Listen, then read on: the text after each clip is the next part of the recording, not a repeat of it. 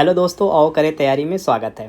दोस्तों हम कर रहे हैं एमपीपीएससी प्री टेस्ट सीरीज़ और इस क्रम में हम महात्मा गांधी इंस्टीट्यूट का टेस्ट 10 आज देखेंगे। और जो टेस्ट नंबर 10 होगा दोस्तों, ये यूनिट 10 को कवर करेगा। एमपीपीएससी 2024 जो लेटेस्ट सिलेबस ऐड हुआ है उसमें यूनिट 10 एक न्यू यूनिट ऐड हुई है जो कि ट्राइब्स ऑफ एमपी। इस टेस्ट में होंगे टोटल 100 क्वेश्चन। दोस्तों इन 100 क्वेश्चन का हम डिटेल्ड एनालिसिस करेंगे। दोस्तों इस तरीके से हमने एमपीपीएससी की सारी 1 to 10 यूनिट के टेस्ट को कवर कर लिया हूँ। ये आज लास्ट यूनिट 10 का टेस्ट होगा। दोस्तों ये सारे टेस्ट बहुत इंपॉर्टेंट है, इसमें मोस्ट इंपॉर्टेंट क्वेश्चन को ऐड किया गया है। प्लीज़ इसको मल्टीपल टाइम आप रिवाइज करिए। वैसे भी आपको रिवाइज के लिए ये वीडियो बहुत हेल्प करने वाला है, क्योंकि ये 2 आवर्स के टेस्ट को आप 1 घंटे में, लगभग 1 घंटे में कवर करोगे। और साथ ही क्वेश्चन के साथ साथ ही आपको अदर फैक्ट्स की भी यहाँ पे हम डिस्कस करते हैं, तो उसका भी आपको लाभ होगा। दोस्तों हम पहला क्वेश्चन देखते हैं। भारत सरकार द्वारा मध्य प्रदेश की कितनी जनजातियों को विशेष पिछड़ी जनजाति घोषित की गई है? तो इसका सही जवाब हो जाएगा 2, 4, 3, 5। तो इनमें से सही जवाब हो जाएगा 3। मध्य प्रदेश की जो 3 जो जनजाति हैं उनको विशेष पिछड़ी जनजाति को घोषित किया है। और ये 3 कौन सी है? सहरिया। दोस्तों इन 3 में कौन सा है?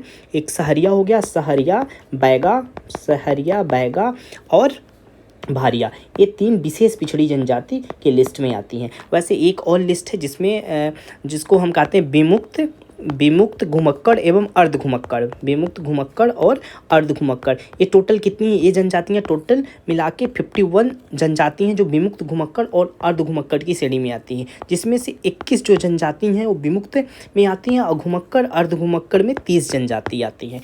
बट प्रश्न में यहाँ पूछा गया था कितनी जनजाति हैं जिनको विशेष पिछड़ी जनजाति का दर्जा प्राप्त हुआ? तो 3 है। कौन कौन सी है? सहरिया, बैगा, भारिया। इस तरीके से इस प्रश्न का सही जवाब ऑप्शन बी होता है। अगले प्रश्न की ओर बढ़ते हैं।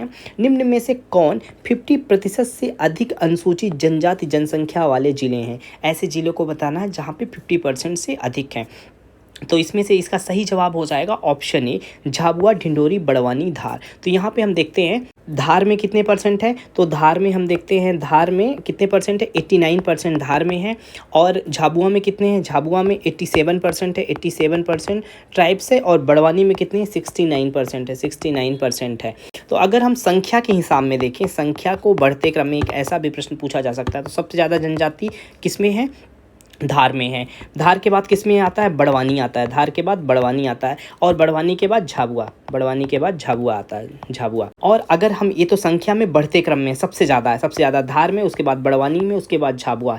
और सबसे अगर हम इसी को हम सबसे कम कहें तो सबसे कम जनजाति कहाँ है? तो ये भिंड डिस्ट्रिक्ट में देखने को मिल जाती है। दूसरे नंबर पे दतिया आ जाता है और तीसरे नंबर पे मुरैना। यहाँ पे सबसे कम जो अनुसूचित जनजाति है अगर क्रम से देखा जाए तो नंबर 1 पे भिंड, दूसरे में दतिया, तीसरे में मुरैना। और सबसे ज़्यादा दिया जाए तो नंबर 1 में धार, दूसरे नंबर पे बड़वानी और तीसरे नंबर पे झाबुआ। ये हुआ। और इस प्रश्न का सही जवाब क्या हो जाएगा? Option A. यहाँ पे ये जो झाबुआ, ढिंडोरी, बड़वानी और धार में 50% से अधिक क्या है? अनुसूचित जनजाति। अगला प्रश्न देखते हैं। मध्य प्रदेश के किस जिले में सर्वाधिक जनजाति जनसंख्या नगरीय क्षेत्रों में निवास करती है? किसमें? नगरीय क्षेत्र में ज़्यादा निवास करती है। तो दोस्तों इसका सही जवाब हो जाएगा भिंड। इसका सही जवाब भिंड हो जाएगा। नगरीय क्षेत्रों में जनजाति जनसंख्या में निवास के दृष्टि से सबसे प्रथम फर्स्ट रैंक किस में आता है? भिंड आता है। भिंड जिले में जो है कितना 76.8 जो जनजाति संख्या है शहरों में निवास करती है। कहाँ पे? शहरों में निवास करती है।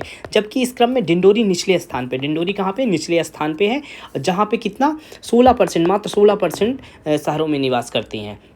तो अगर इस प्रश्न में, इस क्वेश्चन में क्या था कि नगरीय क्षेत्रों में निवासरत सर्वाधिक जनजाति कहाँ है? तो ऑप्शन सी भिंड इस प्रश्न का सही जवाब हो जाएगा। यहाँ पे 76.8% जो जनजाति है वो कहाँ निवास करती है? शहरी क्षेत्रों में निवास करती है। अगले प्रश्न की ओर बढ़ते हैं। Question number 4। मध्य प्रदेश की कौन सी जनजाति विशेष रूप से नर्मदा के दोनों तटों पर बिंदु और सतपुड़ा अंचलों में पाई जाती है? नर्मदा के दोनों तटों पर बिंदु और सतपुड़ा अंचलों में पाई जाने वाली जनजाति कौन है? भील, सहरिया, कोल, गोंड। तो इसका सही जवाब हो जाएगा ऑप्शन गोंड। गोंड जो जनजाति है मध्य प्रदेश की सबसे बड़ी जनजाति है, इसको भी ध्यान रखना है। एमपी की सबसे बड़ी जनजाति है, एक फैक्ट तो इसको भी आपको ध्यान रखना है। यह मध्य प्रदेश के लगभग सभी जिलों, मुख्य रूप से नर्मदा के दोनों तट पर और बिंदु और सतपुड़ा के अंचलों में पाई जाती है। अगले प्रश्न की ओर बढ़ते हैं। Question number 5। सिडोली प्रथा किस जनजाति में प्रचलित है? तो क्वेश्चन क्या है? सिडोली प्रथा। अगरिया, बैगा, कोलू, कुरकू। तो सिडोली प्रथा किसमें? कुरकू जनजाति, एक कुरकू जनजाति में प्रचलित है। और ये क्या है? एक तरह से मृतक संस्कार है। क्या है? कुरकू जनजाति का एक मृतक संस्कार है। और इसमें होता क्या है, मृतक की याद में एक लकड़ी का स्तंभ गाड़ते हैं हम। और एक तो हो गया कोरकू से संबंधित और फैक्ट क्या है, ये चौथी सबसे बड़ी जनजाति है। कोरकू जो है ये चौथी सबसे बड़ी जनजाति है, इसको भी ध्यान रखना है। और ये सतपुड़ा क्षेत्र में इसका निवासरत होते हैं। कहाँ? बैतूल, खंडवा और होशंगाबाद जिलों में कोरकू ज़्यादातर पाए जाते हैं। तो सिडोली प्रथा किसमें? कोरकू की एक मृतक संस्कार है। अगले प्रश्न की ओर बढ़ते हैं। यहाँ पे हमको सही कूट का पहचान करना, जनजातीय और भौगोलिक वितरण देखते हैं। तो पारधी कहाँ पे है? पारधी है रायसेन, अशोकनगर और अनूपपुर में। पारधी कहाँ पे पाए जाते हैं? रायसेन, अशोकनगर, अनूपपुर में पाए जाते हैं। और साउर कहाँ पाई जाती हैं? ये टीकमगढ़, पन्ना, दमोह में पाई जाती हैं। और फिर नेक्स्ट कौन है? खैरवार कहाँ पे है? तो ये हमको उमरिया, मंडला और अनूपपुर के क्षेत्र में मिलती हैं। और रहा लास्ट में सहरिया, गुना, मुरैना और श्योपुर के क्षेत्र में मिलती हैं। तो इस तरीके से इस प्रश्न का सही जवाब क्या हो जाएगा? ऑप्शन ए हो जाएगा। ऑप्शन ए इस प्रश्न का सही जवाब हो जाएगा। एक बार फिर से देखते हैं, पारधी जनजाति कहाँ पे है? तो रायसेन, अशोकनगर, अनूपपुर में है। साउथ टीकमगढ़, पन्ना, दमोह में है। खैरवार, उमरिया, मंडला, अनूपपुर में है। और सहरिया, गुना, मुरैना और श्योपुर जिलों में निवासरत हैं। नेक्स्ट क्वेश्चन नंबर 7 को देखते हैं। कोल जनजाति विशेष रूप से मध्य प्रदेश की किस क्षेत्र में निवासरत है? तो कोल किस में है? उत्तरी है, उत्तर पूर्व में है, दक्षिण पूर्व में है, दक्षिण पश्चिम में है। तो कोल उत्तर पूर्व में निवासरत है। उत्तर पूर्व में किन जिलों में हमको देखने को मिल जाता है? तो ये सीधी हो गया, शहडोल हो गया, सीधी, शहडोल और सिंगरौली, रीवा, इन जिलों में इनका विस्तार है। और इनकी उप जनजातियाँ भी देख लेते हैं। कोल की उप जनजाति कौन सी है? तो इनको भी ध्यान रखना है। रोहिया और रौतेला ये इसकी उप जनजाति है। और ये मध्य प्रदेश की जो कोल जनजाति है, मध्य प्रदेश की थर्ड लार्जेस्ट जनजाति है, थर्ड लार्जेस्ट ट्राइब है। और ये उत्तर पूर्व की क्षेत्र में निवासरत है।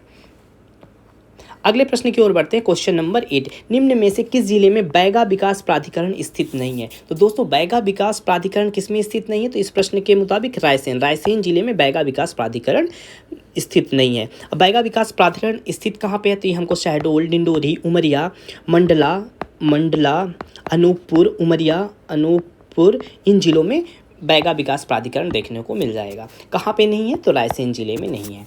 अगले प्रश्न की ओर बढ़ते हैं। क्वेश्चन नंबर 9, अनुच्छेद 342 के तहत राष्ट्रपति किसी संघ या राज्य क्षेत्र के किसी जनजाति या जनजाति समुदाय को अनुसूचित जाति किसके परामर्श पर विनिर्दिष्ट करती है? तो अनुच्छेद 342 के तहत, ये आपको ये भी एक फैक्ट ध्यान रखना कि 342 के तहत राष्ट्रपति किसी संघ या राज्य क्षेत्र की किसी जनजाति को अनुसूचित जाति में विनिर्दिष्ट करते हैं। अब किसके रिकमेंडेशन पे करते हैं? तो इसका सही जवाब हो जाएगा राज्य के राज्यपाल के परामर्श से। तो सही जवाब क्या हो जाएगा? अनुच्छेद 342 के तहत राष्ट्रपति किसी संघ या राज्य क्षेत्र के संबंधित राज्य के राज्यपाल से परामर्श कर उस राज्य की किसी जनजाति या जनजाति समुदाय को अनुसूचित जाति के रूप में विनिर्दिष्ट कर सकते हैं। अगला प्रश्न क्वेश्चन नंबर 10, मध्य प्रदेश के किस कमीशन ने जनजातियों को 4 वर्गों में बांटा है? तो मध्य प्रदेश के किस कमीशन ने जनजातियों को 4 वर्गों में बांटा है? तो इसका the schedule and tribal commission ने मध्य प्रदेश की जनजातियों को 4 वर्गों में बांटा है। इसका सही जवाब हो जाएगा option A, the schedule and tribal commission ने मध्य प्रदेश की जनजातियों को 4 वर्गों में बांटा है। अगला प्रश्न आता है क्वेश्चन नंबर 11, निम्नलिखित कथनों पर विचार कीजिए। कोरकू जनजाति का निवास नर्मदा से लेकर पूर्वी निवाड़ तक है। बिल्कुल सही, कोरकू जो जनजाति का निवास है नर्मदा से लेकर पूर्वी निवाड़ तक है। और इन जिलों में मुख्य रूप से भिलाला जनजाति पाई जाती है। बिल्कुल सही, इन जिलों में कौन से मुख्य रूप से भिलाला जनजाति पाई जाती है। तो इस तरीके से इस प्रश्न के दोनों ऑप्शन सही होते हैं और इस प्रश्न का सही जवाब हो जाएगा ऑप्शन सी 1 और 2। अगले प्रश्न की ओर बढ़ते हैं। क्वेश्चन नंबर 12, निम्न में कौन सी जनजाति मुख्य रूप से ताप्ती नदी उसकी सहायक नदियों के तट पर केंद्रित है? ताप्ती और उसकी सहायक नदियों के तट पर केंद्रित है। तो इसका सही जवाब हो जाएगा कोरकू। जो कोरकू जनजाति है वो कोरकू जनजाति मुख्य रूप से ताप्ती नदी और उसकी सहायक नदियों के तट पर केंद्रित है। और कोरकू की उप जनजाति कौन सी है? कोरकू की उप जनजाति कौन सी है? बावरिया, बदोरिया, दुलारिया। उप जनजाति कोरकू की कौन सी है? इसको भी ध्यान रखना। बावरिया ये कहाँ पे है? ये बैतूल के क्षेत्र में बावरिया पाई जाती हैं। और इसकी उप जनजाति कौन है? बंदोरिया। ये बंदोरिया कहाँ पे पाई जाएंगी? ये पचमढ़ी में बंदोरिया पाई जाती हैं। और दुलारिया ये कहाँ पे? हरदा और खंडवा के एरिया में दुलारिया पाई जाती है। कहाँ पे? हरदा और खंडवा के एरिया में। ये इसकी उप जनजाति हैं, ध्यान रखना है। और इनके देवता कौन से हैं? भटुआ देव, ये डोंगरो और चंद्रमा, ध्यान रखना है इस बात को भी। और कोरकू के बारे में और जानना है तो इनके डांस फॉर्म को भी देख लेते हैं। तो ये कौन सी, चटकोरा नृत्य करते हैं ये, और कौन सा ढाढल नृत्य करते हैं, ढाढल करते हैं, और कौन से गदली नृत्य करते हैं, गदली नृत्य करते हैं। ये हुई कोरकू से संबंधित कुछ विशेष बातें। अगले प्रश्न की ओर बढ़ते, क्वेश्चन नंबर 13। कोरकू जनजाति पूर्वी जिलों में बसी हुई है। कोरकू की जनजाति कहाँ, पूर्वी जिलों में बसी हुई है। अलीराजपुर, झाबुआ, खरगोन में भील जनजाति निवास करती है। माझी जनजाति ग्वालियर, रायसेन, भिंड आदि जिलों में निवास करती है। तो इसमें से इसका सही जवाब कौन सा, असत्य पूछ रहा है। तो कोरकू जनजाति पूर्वी जिलों में नहीं निवासरत करती है। कहाँ पे निवासरत करती है कोरकू जो है, इस सतपुड़ा, बैतूल, खंडवा, होशंगाबाद क्षेत्र में निवास करती है। तो पूर्वी क्षेत्र में नहीं, ये किसमें, दक्षिणी जिलों में निवास करती है। दक्षिणी जो जिले हैं मध्य प्रदेश के, उसमें निवासरत ये रहती है। तो इस तरीके से ऑप्शन ए क्या हो जाएगा, ये गलत हो जाएगा। ऑप्शन ए गलत हो जाएगा, इसलिए इस प्रश्न का सही जवाब एक हो जाएगा। अलीराजपुर, झाबुआ, ये सही, अलीराजपुर, झाबुआ, खरगोन में भील जनजाति है। माझी जनजाति कहाँ है, ग्वालियर, रायसेन, भिंड में निवासरत है। अगले प्रश्न की ओर बढ़ते हैं, क्वेश्चन नंबर 14।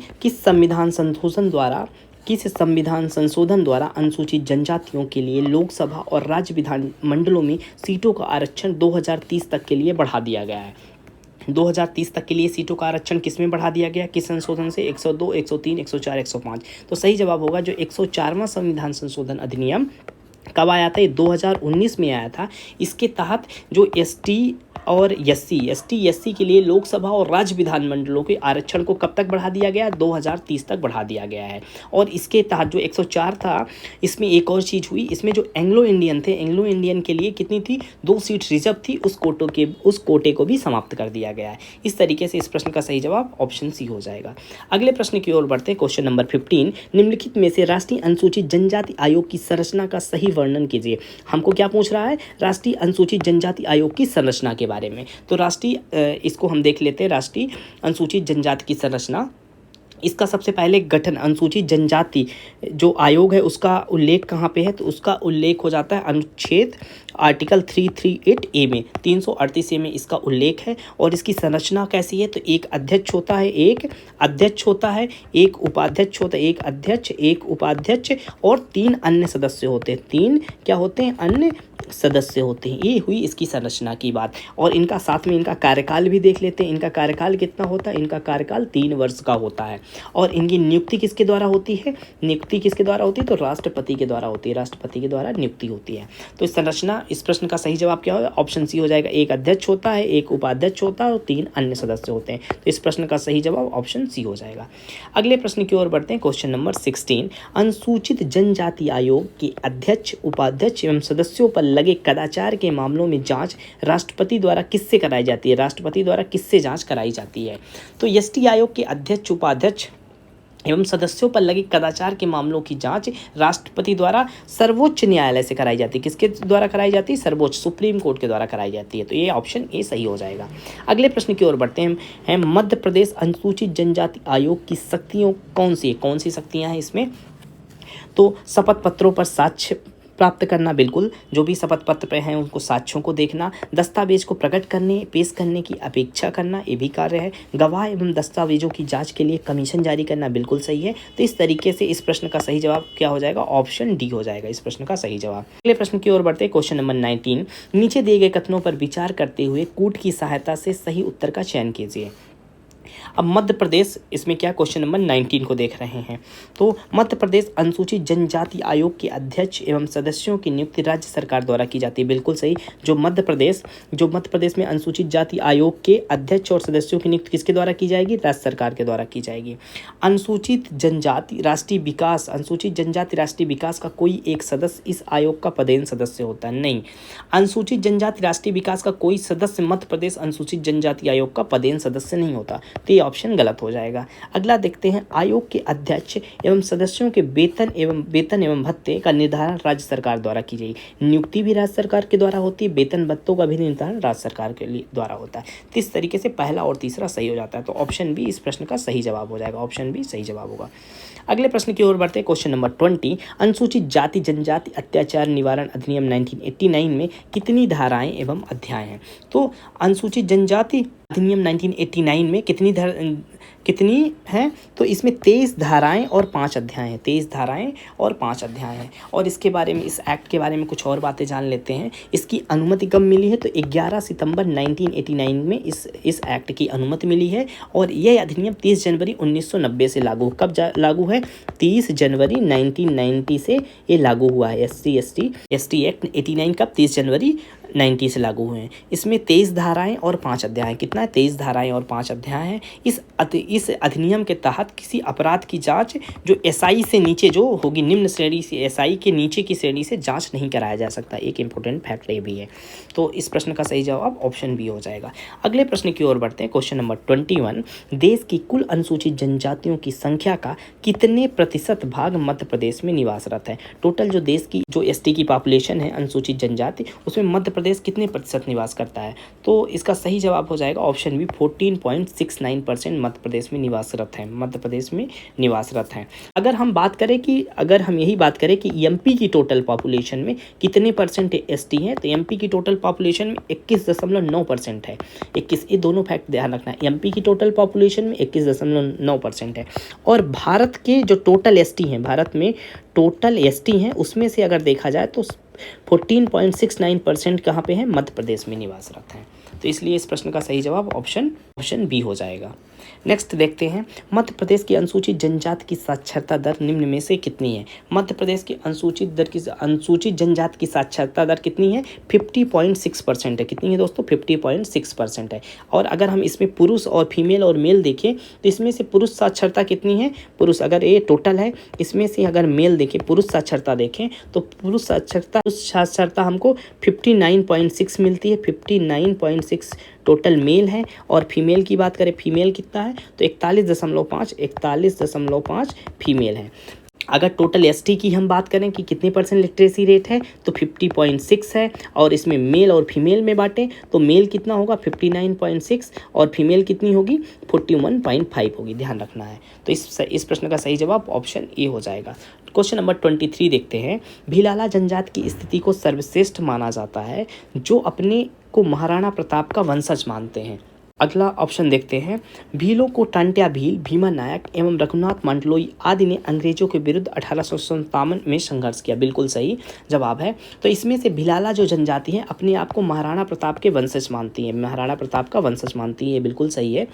और ये भी जान लीजिए कि भिलाला किसकी जनजाति है, तो भिलाला भील की उपजाति है, भील की ये उपजाति है। और टंट्या भील, भीमा नायक और रघुनाथ मंडलोई आदि ने अंग्रेजों के विरुद्ध 1857 ईस्वी में क्या किया था, संघर्ष किया था। तो दोनों ये सही हो जाएंगे। तो इस प्रश्न का सही जवाब ऑप्शन सी हो जाएगा। अगले प्रश्न की ओर बढ़ते हैं, गोंड पंचायत के मुखिया को क्या कहा जाता है।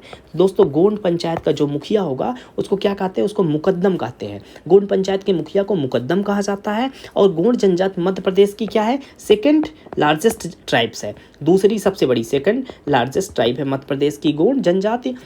और एक चीज़ और, पेज इनका क्या है, ध्यान रखना, पेज इनका मुख्य भोजन है, मुख्य भोजन है गोंड जनजाति से संबंधित। और भी ध्यान रखना है आपको, तो जो गोंड जनजाति है, ये भी ध्यान रखना, सेकंड लार्जेस्ट है। और गोंड जनजाति के बारे में कुछ और फैक्ट यहीं पे देख लेते हैं। ये टोटल पॉपुलेशन की 33% है, ध्यान रखना है।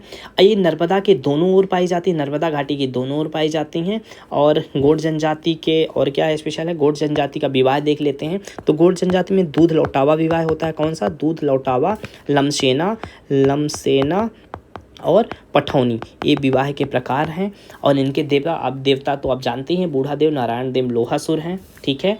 और इनके नृत्य देख लेते हैं। गोंड जनजाति हमने देखा तो इनका नृत्य भी देख लेते हैं। तो इनका नृत्य है सैला गैड़ी कर्मा इनके प्रमुख नृत्य है। तो इस तरीके से हमने गोंड जनजाति को देखा। अगले प्रश्न की ओर बढ़ते हैं। क्वेश्चन नंबर 25, कोल मध्य प्रदेश की तीसरी सबसे बड़ी जनजाति है। बिल्कुल सही, जो कोल है मध्य प्रदेश की तीसरी सबसे बड़ी जनजाति है। कोलों के गाँव के पंचायत को क्या कहा जाता है, गुहिया कहा जाता है। बिल्कुल सही, कोल जो मध्य प्रदेश की तीसरी सबसे बड़ी जनजाति हैं। और ये किस क्षेत्र में पाई जाती हैं, तो जनरली ये बघेलखंड एरिया में देखने को मिल जाता है, जिसमें शहडोल, सीधी, सिंगरौली, सतना के जिलों में हमको मिलती है। और कोलों के जो गांव की पंचायत होती है उसको क्या कहा जाता है, उसको गुहिया कहा जाता है। इस तरीके से इस प्रश्न का सही जवाब ऑप्शन सी हो जाएगा, 1 और 2 दोनों। नेक्स्ट देखते हैं भारिया जनजाति के बारे में क्वेश्चन है। तो भारिया के संदर्भ पर निम्नलिखित कथनों को ध्यान रखना है। तो इन जनजातियों के घरों के समूह को ढाना कहा जाता है। रंगबंग इस जनजाति का युवा गृह है। इस जनजाति के लोग राजा कर्णदेव को अपना पूर्वज मानते हैं। तो इस तरीके से इसमें ये तीनों सही है। इस जनजाति के घरों के समूह को क्या कहा जाता है? ढाना कहा जाता है, बिल्कुल सही। रंगबंग जो है इस जनजाति का युवा गृह है। इस जनजाति के लोग राजा कर्णदेव को अपना पूर्वज मानते हैं। तो इस तरीके से ये 26 का सही जवाब क्या हो जाएगा? ऑप्शन डी हो जाएगा। भारिया से संबंधित भारिया कहाँ पे हमको देखने को मिलते हैं? तो भारिया का जो मुख्य स्थान है कहाँ है? पातालकोट है। पातालकोट ये कहाँ पे पड़ता है? छिंदवाड़ा में पड़ता है। ये टोटल 12 गांव हैं। इसकी उप जनजाति देख लीजिए। तो भारिया की जो उप जनजाति है वो कौन सी है? भूमिया और भुइहरा। भूमिया कौन सी है? भूमिया और भुइहरा ये इसकी उप जनजाति है, ध्यान रखना है। और इसके देवता बूढ़ादेव नागदेव है। और इसका नृत्य देख लेते हैं, डांस। इसका डांस कौन सा है? भड़म और सितम। भड़म भारिया का क्या है? भड़म और सितम इसका मुख्य नृत्य है। इनके घरों को क्या कहा जाता है? ढाना कहा जाता है। रंगबंग इस जनजाति का क्या है? युवा गृह है। और राजा कर्णदेव को ये वंशज मानते हैं भारिया। अगला क्वेश्चन नंबर 27, कौन सी जनजाति स्वयं को कबीरहा कहती है? स्वयं को कबीरहा कौन कहती है? तो इसका सही जवाब होगा पनिका। जो पनिका जनजाति है स्वयं को कबीरहा कहती है। और यह जनजाति कहाँ मिलती है? तो ये सीधी, शहडोल, छतरपुर। कहाँ पे? सीधी, शहडोल और छतरपुर के क्षेत्र में, छतरपुर उमरिया के क्षेत्र में निवासरत है। और पनिका जनजाति से संबंधित क्या है? ये अपने आप को कबीर पंथी या कबीरहा कहते हैं। और इनका जो अर्थव्यवस्था है, जो पनिका की अर्थव्यवस्था है किससे बनती है? कपड़ा बुनाई पर निर्भर है। इनकी अर्थव्यवस्था, इनका आय का स्रोत क्या है? कपड़ा बुनाई पर ये क्या करते हैं? निर्भर करते हैं। ये भी ध्यान रखना है आपको। क्वेश्चन नंबर 28 देखते हैं। बंजारा जनजाति से संबंधित निम्नलिखित कथनों में से सत्य कथन को पहचानना है। तो इसमें से बंजारा जनजाति स्वयं को राजपूत का वंशज मानते हैं, बिल्कुल सही। और नायक टाडे बंजारा जनजाति का प्रमुख व्यक्ति होता है। नायक टाडे जो होता है वो बंजारा जनजाति का प्रमुख व्यक्ति होता है, ये भी सही। तो इस तरीके से ऑप्शन सी 1 और 2 दोनों सही है। और हमने देखा था पहले ही प्रश्न में, बंजारा क्या है? घुमंतू जनजाति के रूप में जानी जाती है। घुमंतू जनजाति है बंजारा। और इसका निवासरत कहाँ, एक कहाँ पे निवास कहाँ पे है? इसको ये भी देखना है। बंजारा का निवास हमको निमाड़, मालवा और मंडला जिलों में मिलता है। कहाँ? निमाड़ के क्षेत्र में, मालवा और मंडला जिलों में इनका निवास हमको देखने को मिल जाएगा। अब बंजारा जनजाति के लोग जिस गांव में रहते हैं, जहाँ पे रहते हैं, उनका जो गांव होता है उनको क्या कहते हैं? हमने देखा इनको क्या कहते हैं? टांडा कहते हैं। इनका जो गांव होता है उसको टांडा कहते हैं, टांडा। और इसके जो नायक होता है, मुख्य व्यक्ति होता है, उसको नायक टाड़े कहते हैं। जो मुख्य व्यक्ति होता है उसको क्या बोलते हैं? नायक टाड़े कहते हैं। इस तरीके से ऑप्शन सी इस प्रश्न का सही जवाब है। प्रश्न की ओर बढ़ते हैं। क्वेश्चन नंबर 29, इसमें सूची दी गई है। एक जनजाति है, दूसरा निवास स्थल है। तो पनिका हमने देखा। पनिका कहाँ पे? सीधी शहडोल। यहाँ पे सीधी पनिका कहाँ? सीधी शहडोल उमरिया में है। और अब पनिका के संबंधित अभी और एक क्या देखा था हमने? एक कबीर पंथी हैं। और इनका जो अर्थव्यवस्था किस पे निर्भर है? बुनाई पे निर्भर है। बंजारा जनजाति, इनके बारे में भी हमने अभी देखा। ये कैसी होती है? एक घुमंतू होती है। बंजारा कैसे देखा हमने? ये घुमंतू जनजाति है। इनका निवास स्थान कहाँ पे है? निमाड़ में देखते हैं। उराव जनजाति हमको भोपाल क्षेत्र में मिल जाती है। कहाँ पे? उराव हमको कहाँ मिलेगी? भोपाल के क्षेत्र में उराव मिल जाती है। और कंवार जनजाति कहाँ पे है? सिगरौली में। कंवार सिगरौली में है। इस तरीके से ऑप्शन ए सही हो जाएगा। 1, 2, 3, 4। यहाँ पे भी जनजाति है और उसकी उपजाति दी हुई है। तो गोंड की जनजाति कौन सी है? अगरिया के अलावा कौन सी है? भारिया भी किसकी है? गोंड की जनजाति है, उपजाति है। और दूसरी कौन सी है? ओछा, ये गोंड की उपजातियाँ हैं। बैगा की कौन सी है? बिझावर। और कौन सी? बिझावर के अलावा बैगा की और कौन सी है? तो इसके रायमैना, कठमैना, नरोतिया, भरोतिया। रायमैना, कठमैना, नरोतिया, भरोतिया, ये सब क्या है? बैगा जनजाति की उपजातियां हैं। नेक्स्ट है भूरिया। भारिया की उपजनजाति कौन सी? यहाँ भुइछर, भुइछर। और कोरकू की कौन सी है? कोरकू की रूमा और पठारिया एक कोरकू की है। से दोस्तों पटालिया जो है, तो पटालिया भील की उपजनजाति है पटालिया। और इसलिए यहाँ पे थोड़ा मिस्टेक किया हुआ है। पटालिया भील की है। जो भारिया की है, भारिया की कौन सी है? भारिया की अगर हम देखें तो भारिया की उपजनजाति भूमिया और भुइहरा है। पटालिया किसकी है? भील की है। अगले प्रश्न की ओर बढ़ते हैं। क्वेश्चन नंबर 31, जनजाति सलाहकार परिषद के संबंध में कथनों पर विचार करना है और असत्य कथन को हमको देखना है। तो ऐसे राज्य जिनके अंतर्गत अनुसूचित क्षेत्र हैं, ऐसे राज्य जिनके अंतर्गत अनुसूचित क्षेत्र हैं वहाँ ऐसी परिषद गठित होती है। जनजाति सलाहकार परिषद से संबंधित क्या है? ऐसे राज्य, जनजाति सलाहकार परिषद ऐसे राज्यों में गठन होती है जहाँ पे अनुसूचित क्षेत्र हैं, वहाँ ऐसी परिषद गठित होती है। बिल्कुल सही। दूसरा, परिषद अनुसूचित जनजातियों के कल्याण और उत्थान के लिए सलाह देती है। ये भी बिल्कुल सही है, उत्थान और कल्याण के लिए सलाह देती है। और इसमें कुल 22 सदस्य होते हैं। बिल्कुल गलत दोस्तों, इसमें 22 सदस्य नहीं होते, गलत हो गया। कितने सदस्य होते हैं? इसमें कुल 20 सदस्य होते हैं। इसमें 20 सदस्य होते हैं, जिसमें से 3/4 कहाँ से होते हैं? राज्य विधानसभा से, जो अनुसूचित जनजाति के प्रतिनिधि होते हैं, राज्य विधानसभा से होते हैं। तो इस तरीके से असत्य कौन होगा? Option B. या ऑप्शन बी केवल 3, ये क्या है? असत्य है। अगले प्रश्न की ओर बढ़ते हैं। क्वेश्चन नंबर 32, किन राज्यों में अनुसूचित जातियों और पिछड़े वर्गों के कल्याण हेतु एक पृथक मंत्री की नियुक्ति की जाती है? तो ये हमने देखा था अभी पहले जब हम आर्टिकल देख रहे हैं, तो आर्टिकल 164(1) में कहा गया है, प्रावधान किया गया है कि अनुसूचित जातियों और पिछड़े वर्गों के कल्याण हेतु एक पृथक मंत्री होगा। एक पृथक मंत्री होगा, किसमें कहा गया है? ये अनुच्छेद 164(1) में कहा गया है। ऐसे मंत्री कहाँ पे हमको देखने को मिल जाते हैं? अभी देखना कि ऐसे मंत्री का पद है कहाँ पे। तो ऐसे मंत्री का पद हमको मध्य प्रदेश, छत्तीसगढ़, झारखंड, उड़ीसा राज्यों में देखने को मिलता है। तो ऑप्शन ए क्या हो जाता है? इस प्रश्न का सही जवाब हो जाता है। क्वेश्चन नंबर 33 को देखते हैं। विमुक्त घुमंतु एवं अर्ध घुमंतु जनजाति कल्याण विभाग के अनुसार मध्य प्रदेश में कितनी जनजातियां विमुक्त घुमंतु एवं अर्ध घुमंतु के रूप में मान्य है? तो पहली चीज ये हमको देखना है कि ये जनजाति कल्याण विभाग, विमुक्त घुमंतु एवं अर्ध घुमंतु जनजाति कल्याण विभाग का गठन कब हुआ? तो 22 जून। कब हुआ? 22 जून 2011 में इसका गठन हुआ। और इसका मुख्यालय कौन सा है? श्यामला हिल्स में राजीव गांधी भवन इसका मुख्यालय है।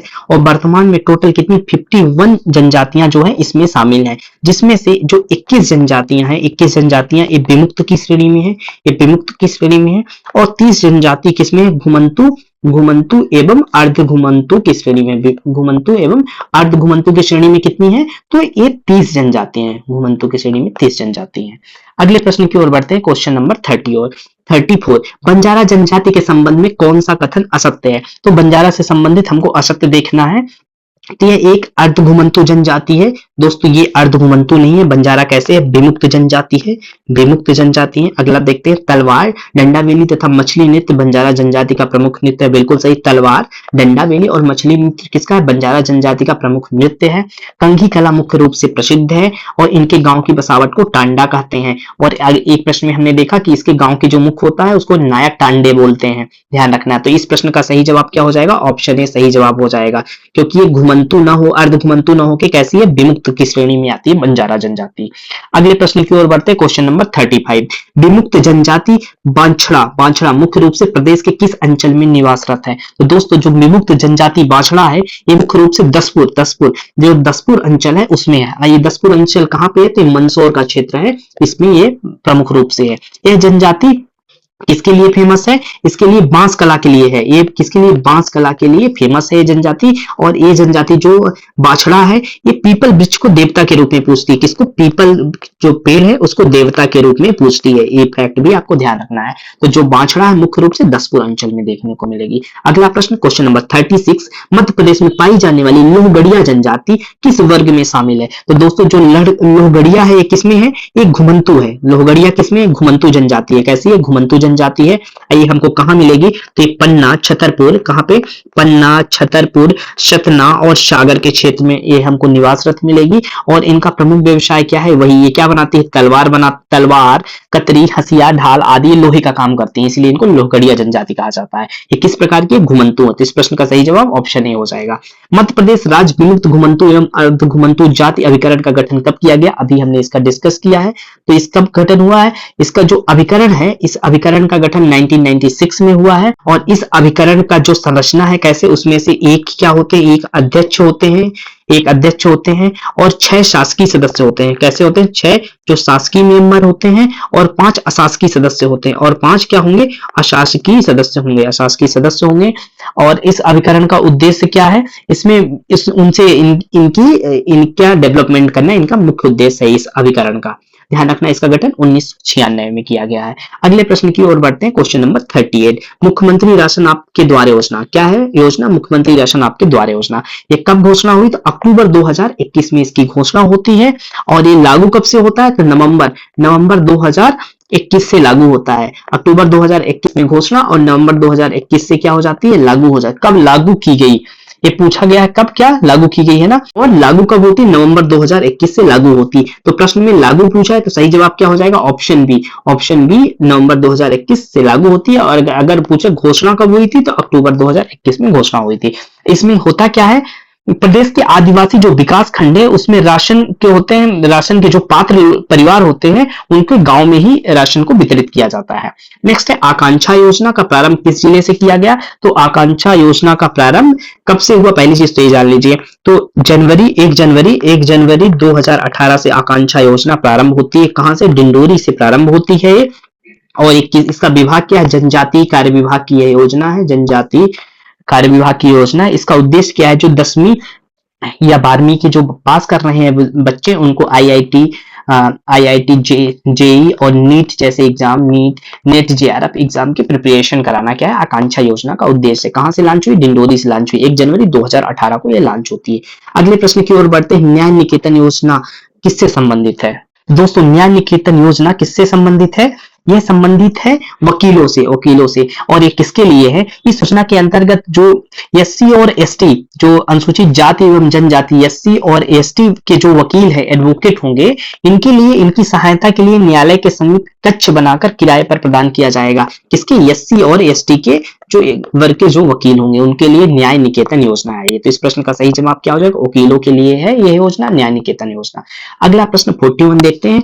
योजनाओं को हमको मिलान करना है तो हमें देखना है, अरुणिमा योजना स्वास्थ्य के क्षेत्र के लिए, अरुणिमा योजना स्वास्थ्य के लिए है। जवाली वेश्यावृत्ति को रोकने के लिए है। प्रतिष्ठा योजना में हम महिला कुप्रथा के लिए है, महिला कुप्रथा के लिए है। और ट्राइसेम क्या करता है, कौशल प्रशिक्षण करता है, ध्यान रखना। तो सही जवाब क्या हो जाएगा, ऑप्शन ए सही जवाब हो जाएगा। जो अरुणिमा योजना होगी किससे संबंधित होगी, स्वास्थ्य से संबंधित होगी, स्वास्थ्य के लिए है। जवाली किसके लिए, जवाली वेश्यावृत्ति के लिए है। प्रतिष्ठा योजना किसके लिए, महिला कुप्रथा के लिए। और ट्राइसेम क्या है, कौशल प्रशिक्षण का काम है ट्राइसेम का।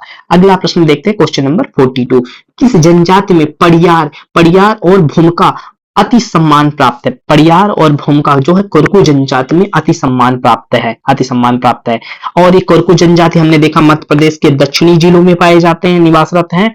और कोरकू के बारे में हमने क्या देखा था, एक बार फिर से, इनके देवता कौन है, चंद्रमा, डोगरो और भटुआ देव हैं। इनका विवाह कौन होता है, विवाह कोरकू का देख लेते हैं। तो राजी बाजी, इनके विवाह का प्रकार कौन सा है, राजी बाजी है। और चिवड़ा इनके विवाह का प्रकार है। इनकी उपजाति बावरिया,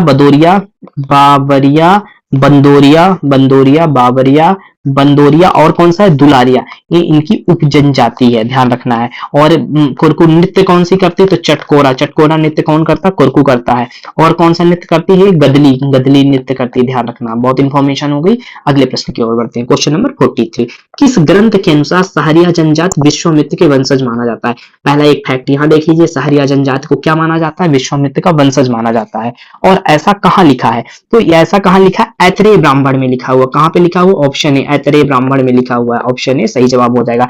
ऐतरेय ब्राह्मण में इनको विश्वामित्र का वंशज कहा जाता है। और ये सहरिया पाई कहाँ जाती है, उत्तरी मध्य प्रदेश जैसे श्योपुर, ग्वालियर, गुना क्षेत्रों में सहरिया जनजाति पाई जाती है। नेक्स्ट है हरदुल पूजा किस जनजाति में प्रचलित है, तो दोस्तों हरदुल पूजा जो है ये भारिया हर वर्ष करते हैं, भारिया हर वर्ष मनाते हैं, ऑप्शन डी सही हो जाएगा।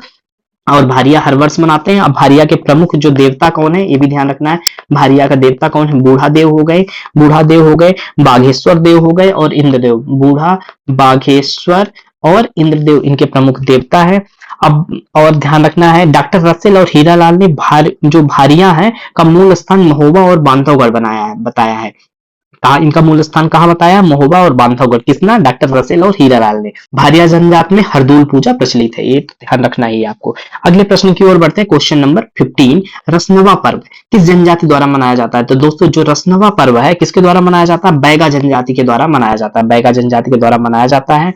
अब बैगा जनजाति की उप जनजाति कौन सी है, तो राय मैना है। कठमैना है, रायमैना, कठमैना और कौन सी भरोतिया, भरोतिया ये क्या है, इनकी उप जनजाति है। और एक और है बिछावर, इसको भी ध्यान रखना है आपको, बिछावर, बिछावर इसकी उप जनजाति है। और इनके गांव या टोला को क्या कहा जाता है, पुरवा कहा जाता है। इनके गांव या टोला को क्या कहा जाता है, पुरवा कहा जाता है। ये तो प्रमुख इंफॉर्मेशन नहीं बैगा जनजाति से। और ये मध्य प्रदेश की अत्यंत पिछड़ी जनजाति है। इनका क्या कहा जाता है, जो बैगा है इनको प्रकृति का पुत्र कहा जाता है, प्रकृति पुत्र कहा जाता है, ध्यान रखना। और एक कहाँ पे है, इनका विस्तार कहाँ पे हम देखने को मिल जाएगा, तो जैसे बालाघाट हो गया, बालाघाट, मंडला, मंडला, डिंडोरी क्षेत्र में इनका हमको विस्तार देखने को मिलेगा। और हम क्या देख लें, इनकी उप जनजाति तो देखा ही, रायमैना, कठमैना, भरोतिया, बिझावर। इनका विवाह देख लेते हैं। तो इनका विवाह कौन कौन सा होता है, बैगा का विवाह कैसा होता है, लमसेना, लमसेना विवाह किसमें है, बैगा में है। और कौन सा विभाग है, विवाह है पेठुल, पेठुल विवाह किसमें है, ये बैगा में होता है। अब बैगा का और क्या देख लें, बैगा बस हो गया, बहुत इंफॉर्मेशन हो गई बैगा से संबंधित। तो रसनवा पर्व कौन मनाता है, तो बैगा मनाते हैं, भूलना नहीं है आपको। अगला देखते हैं 46 को, जनजाति और उनकी खेती को देखते हैं। जो गुड़ की खेती होती है, गुड़ की खेती को हरवाही कहा जाता है। भील की खेती को चिमाता कहा जाता है, भील की खेती को चिमाता कहा जाता है। भारिया की खेती को दहिया कहा जाता है, भारिया की खेती को दहिया कहा जाता है। बैगा की खेती को बैवार कहा जाता है, बैगा की खेती को क्या कहा जाता है, बैवार कहा जाता है। इस तरीके से ऑप्शन ए इस प्रश्न का सही जवाब होगा। क्या होगा, गोड़ की खेती को हरवाही, भील की खेती को चिमाता, भारिया की खेती को दाहिया, बैगा की खेती को बैवार कहा जाता है। ऑप्शन ए इस प्रश्न का सही जवाब हो जाता है। क्वेश्चन नंबर 47 को देखते हैं। नोह डोरा, नोह डोरा भित्ति चित्रकला किस जनजाति में प्रचलित है, तो नोह डोरा जो भित्ति चित्रकला है ये किसमें है, ये भील जनजाति में प्रचलित है। किसमें, भील जनजाति में प्रचलित है। इसमें होता क्या कि महिलाओं द्वारा घर में मिट्टी की उभरी हुई रेखाओं में भित्ति अलंकरण किया जाता है, ठीक है।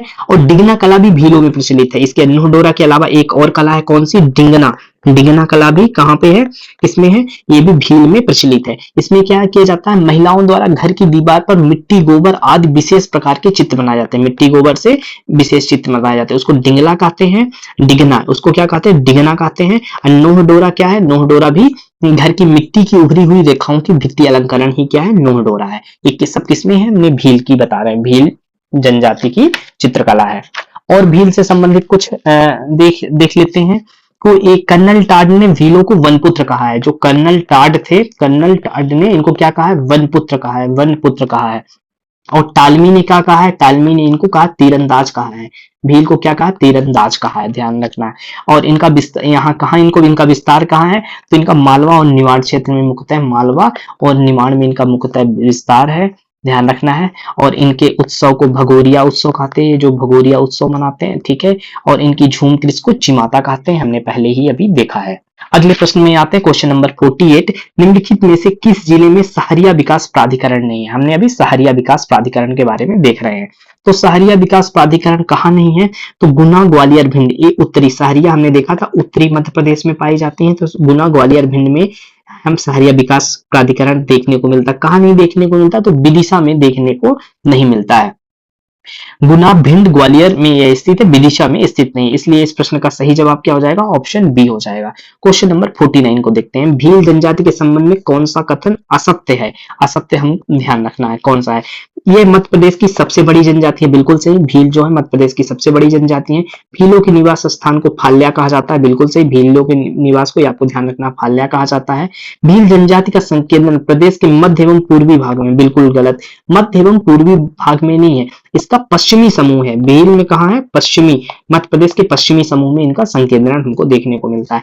भीलों के मुस्लिम वर्ग को तड़वी भील कहा जाता है, तड़वी भील कहा जाता है मुस्लिम वर्ग को। आपको यहाँ कुछ फैक्ट आपको याद रखना, तड़वी भील क्या है, भीलों का मुस्लिम वर्ग है। भीलों के निवास को क्या कहा जाता है, फाल्या कहा जाता है। मध्य प्रदेश की ये सबसे बड़ी जनजाति है और इसका संकेंद्रण पश्चिमी मध्य प्रदेश में है। तो ये गलत ऑप्शन क्या हो जाएगा, ऑप्शन सी गलत हो जाएगा। इस प्रश्न का सही जवाब होगा यही।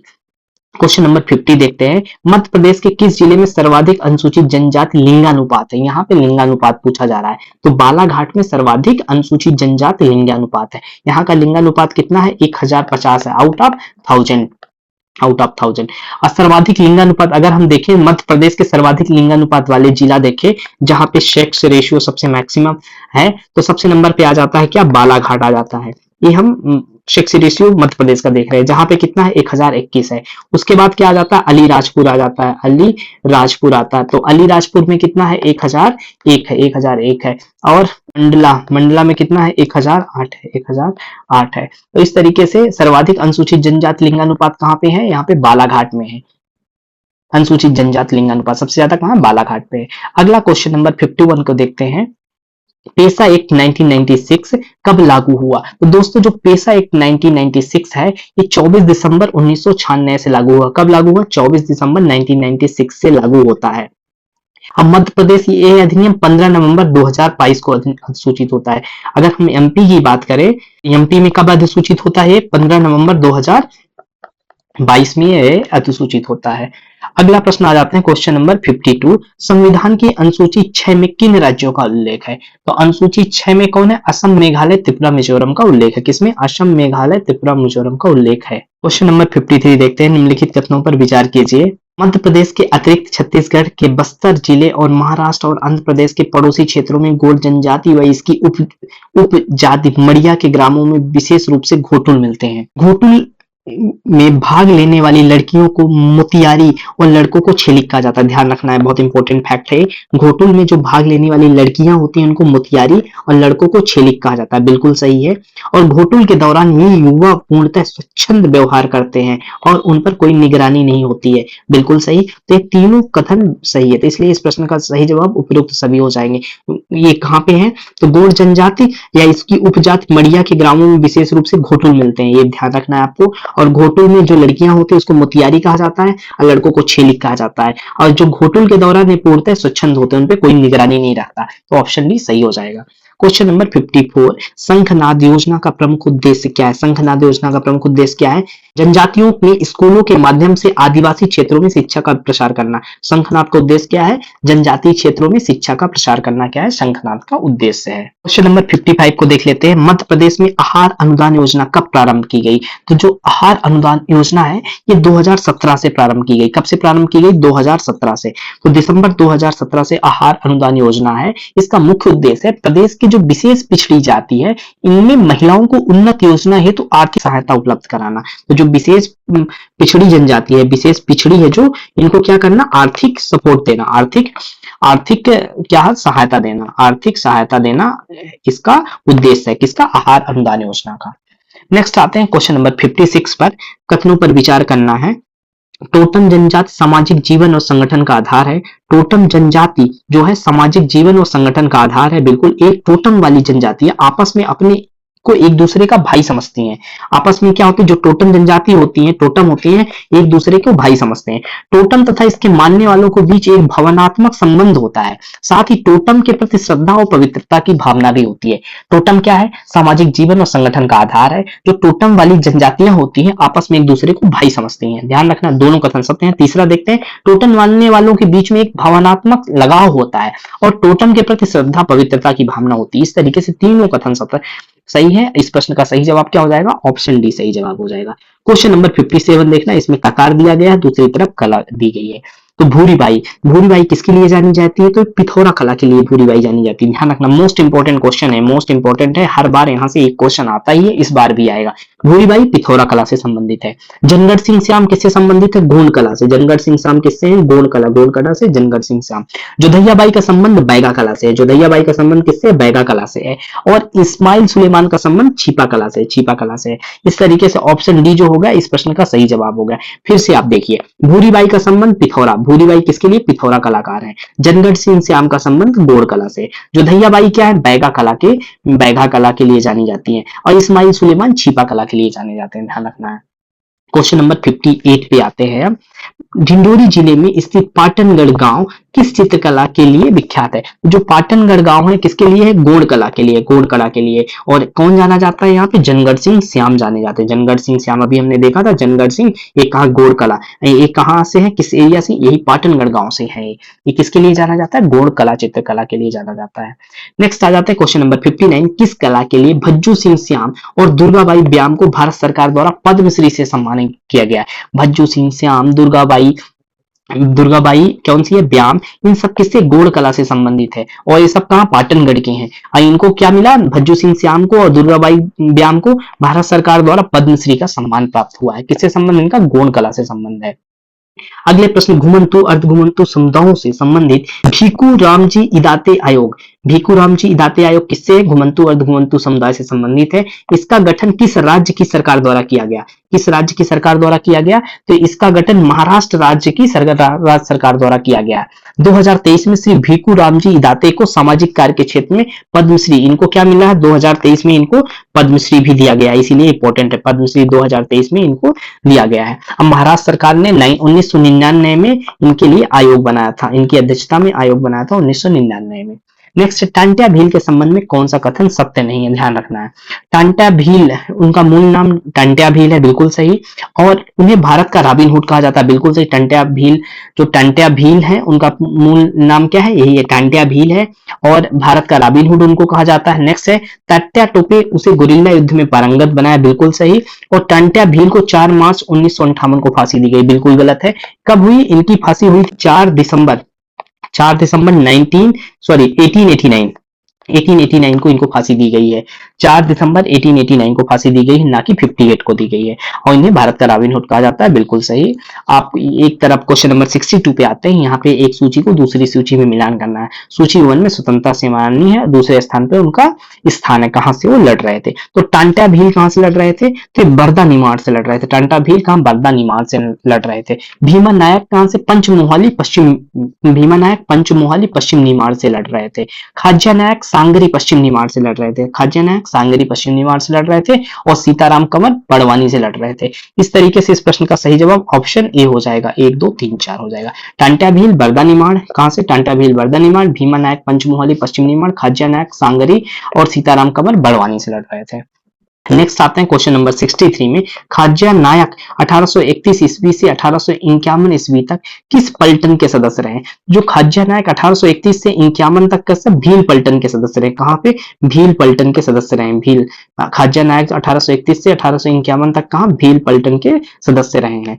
ये कौन थे, प्रमुख सेनानी थे, खाज्या नायक एक प्रमुख सेनानी थे, और 1858 को अम्बा पानी की लड़ाई में भीमा नायक का साथ दिया था इन्होंने। खाज्या नायक जो थे 1801 भी ध्यान रखना है, बहुत इंपॉर्टेंट ये लड़ाई है, किसकी, अम्बा पानी की लड़ाई, अम्बा पानी की लड़ाई। इस लड़ाई में खाज्या नायक ने किसके साथ लड़ रहे थे, किसका साथ दे रहे थे, भीमा नायक के साथ थे। नेक्स्ट है, भीमा नायक की माता का नाम क्या था जिसने अंग्रेजों के विरुद्ध क्रांतिकारी संघर्ष में हिस्सा लिया। तो भीमा नायक की माता का नाम सुरसी था, कौन सा था, भीमा नायक की माता कौन सी, सुरसी थी। इन्होंने क्या किया था, अंग्रेजों के विरुद्ध क्रांतिकारी संघर्ष में हिस्सा लिया था, एक टोली का नेतृत्व कर रही थी। भीमा नायक की मां अंग्रेजों के खिलाफ मुक्ति मोर्चा में एक क्रांतिकारी टोली का नेतृत्व कर रही थी, उनकी मां का नाम सुरसी है। नेक्स्ट आ जाते हैं क्वेश्चन नंबर 65 में, श्री बादल भोई के बारे में निम्न कथनों पर विचार करना है हमको। श्री बादल भोई का जन्म छिंदवाड़ा जिले के डुगरिया तितरा गांव में हुआ है, बिल्कुल सही। इनका जन्म जो बादल भोई है छिंदवाड़ा के डुगरिया तितरा गांव में हुआ था, और 1930 के जंगल सत्याग्रह में इन्होंने भूमिका निभाई थी। 1930 का जो जंगल सत्याग्रह था इन्होंने भूमिका ली थी। इस तरीके से दोनों ऑप्शन सही हो जाते हैं, ऑप्शन जो सी होगा इसका करेक्ट आंसर होगा। और एक महत्वपूर्ण और फैक्ट है, बादल भोई राज्य जनजाति संग्रहालय कहाँ पे है, ते भी कहाँ पे, छिंदवाड़ा में बादल भोई के नाम से जो जनजाति संग्रहालय स्थापित किया गया है, उसका नाम रखा गया है बादल भोई, वो कहां पे, छिंदवाड़ा में है। अब क्वेश्चन नंबर 63 में आते हैं, यहाँ पे विद्रोह और उसके ईयर दिया गया है। भील विद्रोह कब हुआ, तो 1817 में भील विद्रोह होता है, भील विद्रोह 1817 में होता है। बुंदेला 1842 में होता है, बुंदेला 1842 में होता है। और जंगल सत्याग्रह सबको पता है 1930 में होता है, अब भारत छोड़ो 1942 में होता है। ध्यान रखना है, भील विद्रोह कब होता है, तो भील विद्रोह 1817, ध्यान रखना है। बुंदेला कब होता है, तो 1842 में होता है, 1842 में होता है। जंगल सत्याग्रह कब होता है, 1930 में होता है। भारत छोड़ो कब होता है, 1942 में होता है। इस तरीके से सही जवाब क्या हो जाता है, ऑप्शन बी, ए और B1 C2 D3 इस प्रश्न का सही जवाब हो जाता है। क्वेश्चन नंबर 67 देखते हैं, भीमा नायक को किस स्थान पर फांसी दी गई।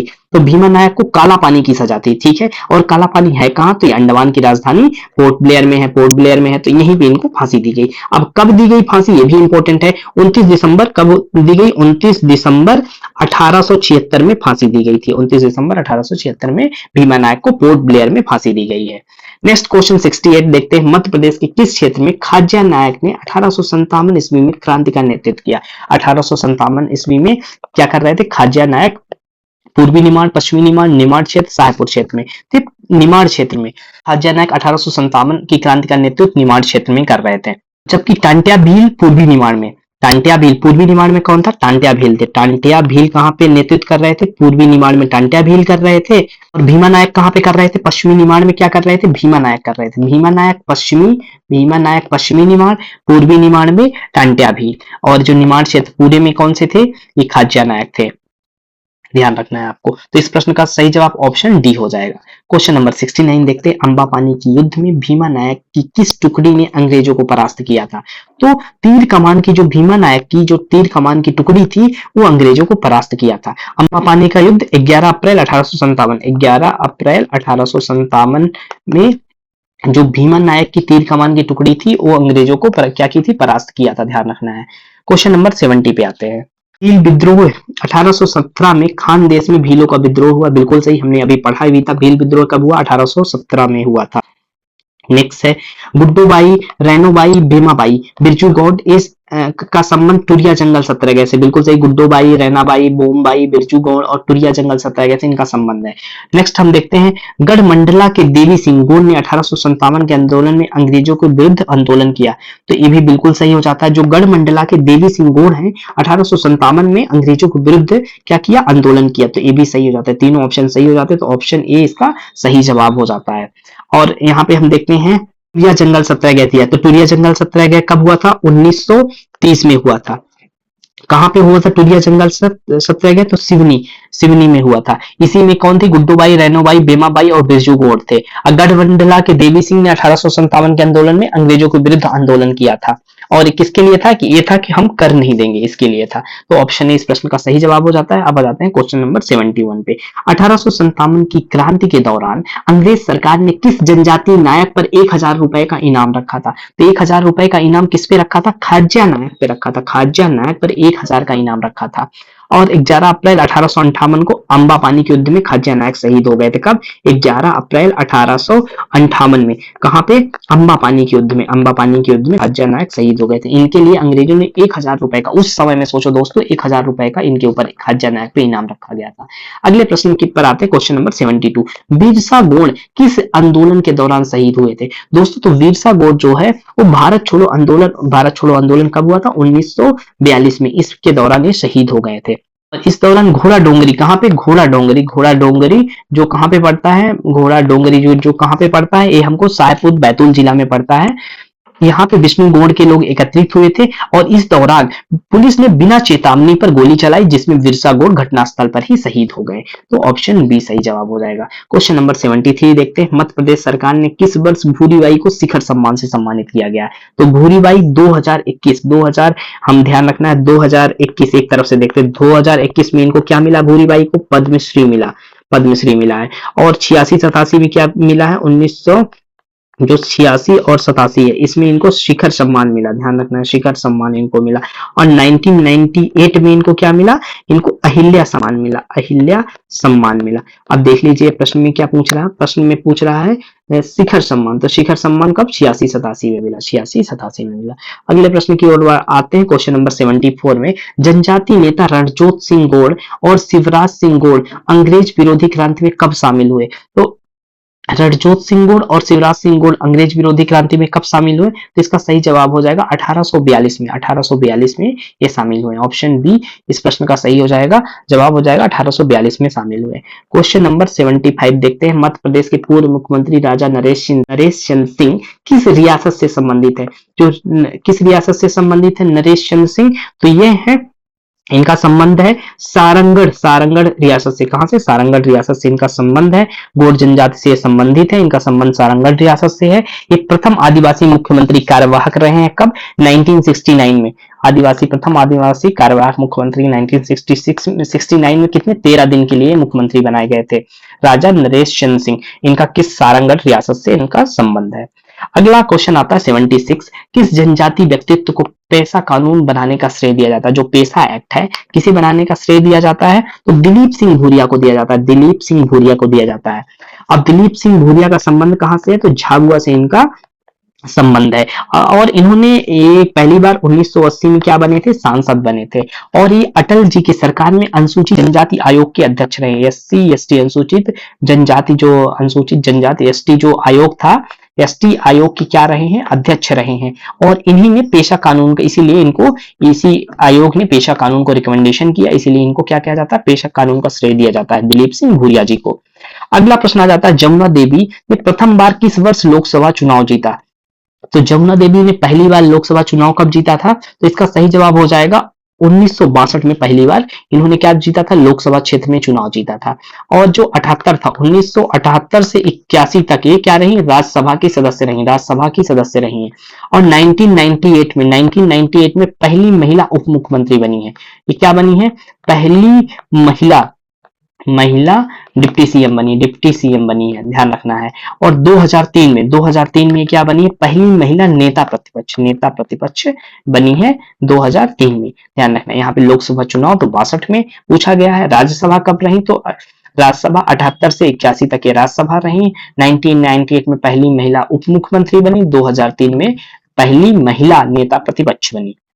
नेक्स्ट क्वेश्चन, बादल भोई का जन्म कहाँ हुआ? तो अभी हमने पहले ही इसको देखा, बादल भोई का जी का जन्म डुगरिया ग्राम जिला छिंदवाड़ा में हुआ। कहाँ? डुगरिया ग्राम जिला छिंदवाड़ा में हुआ था। और बादल भोई संग्रहालय भी कहाँ पे है? तो छिंदवाड़ा में ही है, छिंदवाड़ा में बादल भोई संग्रहालय भी है।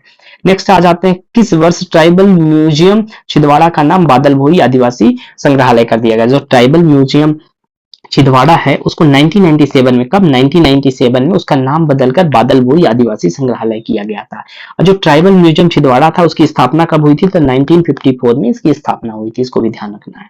क्वेश्चन नंबर 80, मध्य प्रदेश जनजाति शोध एवं विकास संस्थान कहाँ स्थित है? तो मध्य प्रदेश जनजाति शोध एवं विकास संस्थान कहाँ पे है? तो भोपाल में मध्य प्रदेश जनजाति शोध विकास संस्थान स्थित है। अगला आ जाते हैं क्वेश्चन नंबर 81, भीली रेडियो केंद्र कहाँ है? तो भीली रेडियो केंद्र भावरा अलीराजपुर में क्या है?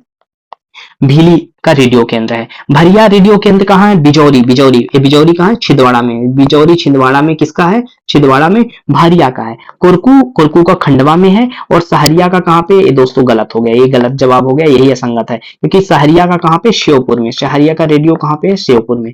सहरिया रेडियो केंद्र श्योपुर, कुरकू का खंडवा में, भारिया का बिजौरी छिंदवाड़ा में, भीली भावरा में। तो सही जवाब क्या हो जाएगा? ऑप्शन डी सही हो जाएगा, क्योंकि सहरिया का कहाँ है? श्योपुर में, गुना ना होकर श्योपुर में है। Next question number 82, Madhya Pradesh आदिवासी वित्त एवं विकास निगम की स्थापना इंडियन कंपनी एक्ट 1956 की किस धारा के अंतर्गत की गई थी? तो ये धारा 25 के अंतर्गत की गई थी। जो इंडियन कंपनी एक्ट 1956 है उसकी सेक्शन 25 के अंतर्गत मध्य प्रदेश आदिवासी वित्त एवं विकास निगम की स्थापना की गई थी। किसके? सेक्शन 25 के अकॉर्डिंग। क्वेश्चन नंबर 83 आते हैं, मध्य प्रदेश की आदिवासी संस्कृति से संबंधित साहित्य को आदिवासी समाज तक पहुंचाने हेतु किस प्रकाशन का स्थापना की गई है? तो जो वन्या प्रकाशन खोला गया, किसके लिए? जो आदिवासी समाज है, जो आदिवासी संस्कृति से संबंधित साहित्य को आदिवासी समाज तक पहुंचाने के लिए कौन सा? वन्या प्रकाशन खोला गया है। वन्या प्रकाशन की शुरुआत हुई। और इसकी स्थापना कब होती है? तो 1980 में वन्या प्रकाशन की स्थापना होती है। इसका उद्देश्य है कि जो आदिवासी संस्कृति से संबंधित श्रेष्ठ साहित्य को आदिवासी समाज तक पहुंचाना। क्वेश्चन नंबर 84 को देखते हैं, इंदिरा गांधी मानव संग्रहालय। दोस्तों, इंदिरा गांधी मानव संग्रहालय की स्थापना कब हुई थी? 1977 में हुई थी। 1977 में इंदिरा गांधी मानव संग्रहालय की स्थापना हुई थी। और कहां पे इसकी स्थापना हुई थी? तो 1977 में इसकी स्थापना दिल्ली हुई थी, परंतु इसके स्पेस के अभाव में इसको कहां पे शिफ्ट कर दिया गया? भोपाल में। कब शिफ्ट कर दिया गया? 1985 को ये भोपाल में स्थापित कर दिया गया। तो अब इंदिरा गांधी मानव संग्रहालय कहां पे है? तो अब भोपाल में। कब से? 1985 में। इसकी स्थापना 1977 में की गई थी। सहरिया जनजाति संग्रहालय की स्थापना 1990 में हुई थी। तो सहरिया की स्थापना कब हुई थी? 1990 में सहरिया की स्थापना हुई थी। और राज्य जनजाति संग्रहालय कहां पे है? तो राज्य जनजाति संग्रहालय इसमें ऑप्शन में नहीं दिया है। आगे देखते हैं, आदिवर्त आदिवासी संग्रहालय कहाँ है? तो आदिवर्त 2001 में है। आदिवर्त आदिवासी संग्रहालय 2001 कहां पे? खजुराहो में आदिवर्त आदिवासी संग्रहालय है। और फिर अब क्या बचा? राज्य जनजाति संग्रहालय। दोस्तों, राज्य जनजाति संग्रहालय इस ऑप्शन में गलत दिया हुआ है, 2013 में। और कहां पे है? भोपाल में है। भोपाल में राज्य जनजाति संग्रहालय 2013 में स्थापित होता है और कहां पे? भोपाल में है। तो इस आप मैचिंग को देख लेना। नेक्स्ट आ जाते हैं क्वेश्चन नंबर 85। इसमें असत्य कथन को हमको चुनना है। अब देखना है, संत सिंगाजी कबीर के समकालीन थे। बिल्कुल सही, जो संत सिंगाजी हैं कबीर के समकालीन थे। घाघ जो थे वो मुगल शासक अकबर के समकालीन थे। जो परचरी थे वो सिंगाजी से संबंधित ग्रंथ है। परचरी क्या है? सिंगाजी से संबंधित क्या है? जगनिक ओरछा के राजा के दरबारी कवि। दोस्तों यहीं पे गलत होता है। जगनिक जो ओरछा के नहीं, कालिंजर के शासक, कालिंजर के शासक, किसके? कालिंजर के शासक कौन से थे? परमार्थ देव चंदेल, परमार्थ देव चंदेल की क्या थे? ये दरबारी कवि थे। परमार्थ देव चंदेल के दरबारी कवि थे। तो ये बिल्कुल सही हो जाता है। जगनिक कहाँ पे? कालिंजर के राजा परमार्थ देव चंदेल के दरबारी कवि थे। तो यही असत्य हो जाएगा। और जगनिक के समकालीन कौन से थे? चंद्रवत दाई के। एक और फैक्ट देख लीजिए, ये चंद्रवत दाई के समकालीन थे जगनिक। और ये कौन थे? ओरछा के नहीं, ये गलत दिया हुआ। जगनिक कलिंजर के राजा परमार देव चंदेल के दरबारी कवि थे। तो इस प्रश्न का सही जवाब क्या हो जाएगा? ऑप्शन डी हो जाएगा। क्वेश्चन नंबर 86 को देखते हैं। सिंगाजी भजनवाड़ी किसके द्वारा प्रकाशित की गई थी? जो इस प्रश्न देखते हैं, सिंगाजी की जो भजनवाड़ी है, सिंगाजी से संबंधित दो चीज है। भजनवाड़ी है, भजन को किसने किया था? रामशंकर गंगराडे ने किया था। रामशंकर गंगराडे ने क्या किया था? भजनवाड़ी का संग्रह किया था। रमेश चंद्र गंगराडे ने क्या किया था? ये संत सिंगाजी शोध किए थे। ये क्या किए थे? संत सिंगाजी अगर शोध पूछे तो शोध कौन आ जाएगा? रमेश चंद्र गंगराडे आ जाएगा। और भजनवाड़ी रामशंकर गंगराडे आ जाएगा। तो इस प्रश्न का सही जवाब ऑप्शन ए होगा। अगर भजनवाड़ी पूछा तो रमाशंकर गंगराडे, अगर संत सिंगाजी का शोध पूछा है तो रमेश चंद्र गंगराडे होगा। तो इस प्रश्न का सही जवाब क्या हो जाएगा? ऑप्शन ए सही जवाब हो जाएगा। ऑप्शन ए इस प्रश्न का सही जवाब होगा। क्वेश्चन नंबर 87 देखते हैं। आलाखंड की पांडुलिपि तैयार करने वाला अंग्रेज कौन था? जो आलाखंड की पांडुलिपि है वो चार्ल्स इलियट ने तैयार किया है। चार्ल्स इलियट ने तैयार किया था। कब? 1865 में चार्ल्स इलियट ने आलाखंड की पांडुलिपि को तैयार कराई थी। Question number 88। कौन से साहित्यकार मध्य प्रदेश से संबंधित नहीं है? तो इसमें से सिंगाजी मध्य प्रदेश, ईश्वरी भी मध्य प्रदेश, जगनिक भी, धर्मवीर भारती जो है इनका संबंध उत्तर प्रदेश से, तो मध्य प्रदेश से संबंधित नहीं है। क्वेश्चन नंबर 89 देखते हैं। कहे जन सिंगा के लेखक कौन है? कहे जन सिंगा के लेखक श्री राम परिहार है। डॉक्टर श्री राम परिहार है। कौन है? डॉक्टर श्री राम परिहार। कहे जन सिंगा के लेखक कौन है? डॉक्टर श्री राम परिहार है। नंबर 90। मालवांचल के प्रमुख लोकनाट्य माच की उत्पत्ति कहां से हुई है? तो जो माच की उत्पत्ति होती है वो कहां से होती है? उज्जैन से होती है। और मध्य प्रदेश का ये राजकीय नाट्य, ध्यान रखना, जो माच है ये क्या है? मध्य प्रदेश का राजकीय क्या है? नाट्य है। राजकीय नाट्य है। और माच दोहा शैली, इसमें ये भी ध्यान रखना, जो माच की दोहा शैली है उसको क्या बोलते हैं? जो दोहा शैली है उसको रंगत बोलते हैं। माच की दोहा शैली को रंगत बोलते हैं। और ये ढोलक और सारंगी इसमें यूज होता है। कौन क्या यूज होता है? ढोलक और सारंगी का यूज होता है। ढोलक और सारंगी का इसमें यूज होता है। अगला प्रश्न देखते हैं 91। जिंदवा लोकनाट्य किस अन्य नाम से जाना जाता है? तो जिंदवा को क्या नाम है? बहलोल के नाम से जानते हैं। बहलोल के नाम से हम जानते हैं। बहलोल के नाम से जानते हैं। और ये किस क्षेत्र में होता है जिंदवा? तो जिंदवा या बहलोल ये बघेलखंड के क्षेत्र में हमको देखने को मिलता है। कहाँ पे? बघेलखंड के क्षेत्र में देखने को मिलता है। और ये विवाह के अवसर पर, जिंदवा कब किया जाता है? विवाह के अवसर पर ये क्या किया जाता है? महिला नाट्य है। महिला नाट्य है। विवाह के अवसर पर एक तरह से महिला नाट्य है। और हम देखते हैं बघेलखंड का और नाट्य कौन है? लोक नाट्य बघेलखंड क्षेत्र में अगर देखते हैं, जैसे जिंदवा महलोल तो देखा, इसके अलावा क्या होता है बघेलखंड में? तो बघेलखंड में नौटंकी होती है। और क्या होता है? छाउर होता है। छाहुर होता है। और क्या होता है? मनसुखा होता है। मनसुखा कहाँ का है? तो ये भी बघेलखंड क्षेत्र का लोक नाट्य है। और कौन क्या होता है? हिंगला ये क्या है? मध्य प्रदेश के प्रमुख लोक नाट्य हमने एक बार में देख लिया। और प्रश्न के अनुसार जिंदवा क्या है? बहलोल है। अब 92 देखते हैं, यहाँ पे लोकनाट्य और अंचल को देखते हैं। भावई कहाँ का है? तो झाबुआ का। ध्यान रखना बहुत इंपॉर्टेंट है। भावई कहाँ का है? झाबुआ का है। अब राई कहाँ का है? राई कौन सा है? राई स्वांग कहाँ का है? बुंदेलखंड का है। और बुंदेलखंड का राई के साथ साथ और हम देख लेते हैं, राई के अलावा बुंदेलखंड में और क्या होता है? और कौन सा लोकनाट्य होता है? तो लकड़ बग्घा होता है। लकड़ बग्घा, रामलीला। और क्या होता है? रामलीला होता है। लकड़ बग्घा होता है, रामलीला होता है। और और क्या होता है? रहस भड़ेती, ये सब क्या? बुंदेलखंड के लोकनाट्य है। राई सॉन्ग तो हमने देखा ही यहाँ पे। गम्मत कहाँ का? तो दोस्तों ये निमाड़ का है। गम्मत कहाँ का है? निमाड़ का है। तो इसके अलावा निमाड़ में क्या होता है, गम्मत के अलावा निमाड़ में स्वांग होता है, और क्या होता है, ढोडिया होता है, ठोडिया ठोडिया इसको बोलते हैं, होता है, लोक नाट्य है। और क्या रास मंडल है, और कौन सा है, रास मंडल है। ये सब क्या निमाड़ के लोक नाट्य है। कठपुतली कहाँ की, तो मालवा की। कठपुतली कहाँ पे है, मालवा की। और मालवा का लोक नाट्य कौन है, तो माछ है। माछ कहाँ का है, मालवा का है। और कौन सा है, ढोला मारू। ढोला मारू, ढोला मारू कहाँ है, मालवा का लोक नाट्य है। और कौन सा है, कौन सा है, गौरी गौरी गौरी, ये क्या है, मालवा का लोक नाट्य, ध्यान रखना है। तो एक बार हम फिर से देखते हैं, भावई कहाँ का है, झाबुआ का है। राई कहाँ का, बुंदेलखंड है। राई के अलावा बुंदेलखंड का लोक नाट्य लकड़बंगा है, रामलीला है, रास बढ़ती है। नेक्स्ट हम गम्मत देखते हैं, निमाड़ का लोक नाट्य। इसके अलावा गम्मत के अलावा निमाड़ में सॉन्ग होता है, ठोडिया होता है, रसमंडल होता है। नेक्स्ट कठपुतली कहाँ का है, मालवा का। मालवा में कठपुतली के अलावा और लोकनाथ माछ माछ है, ढोला मारू है, गौरी है। नेक्स्ट देखते हैं। तो इस तरह से इस प्रश्न का सही जवाब हो जाएगा ऑप्शन बी। ऑप्शन बी इस प्रश्न का सही जवाब, A2B1C4D3। अब क्वेश्चन नंबर 93 पे आ जाते हैं। नाट्य में पशु और मनुष्यों के हार्दिक योग का अभिनय मार्मिकता से दिखाया गया है। ऐसा कौन सा नाट्य है जिसमें पशु और मनुष्य का हार्दिक योग से अभिनय दिखाया गया है, तो कौन सा है, लकड़बग्गा है, लकड़बग्गा है। अब लकड़बग्गा हमने देखा कहाँ पे होता है, तो बुंदेलखंड के क्षेत्र में होता है, ध्यान रखना है। कहाँ पे होता है, बुंदेलखंड के क्षेत्र में होता है।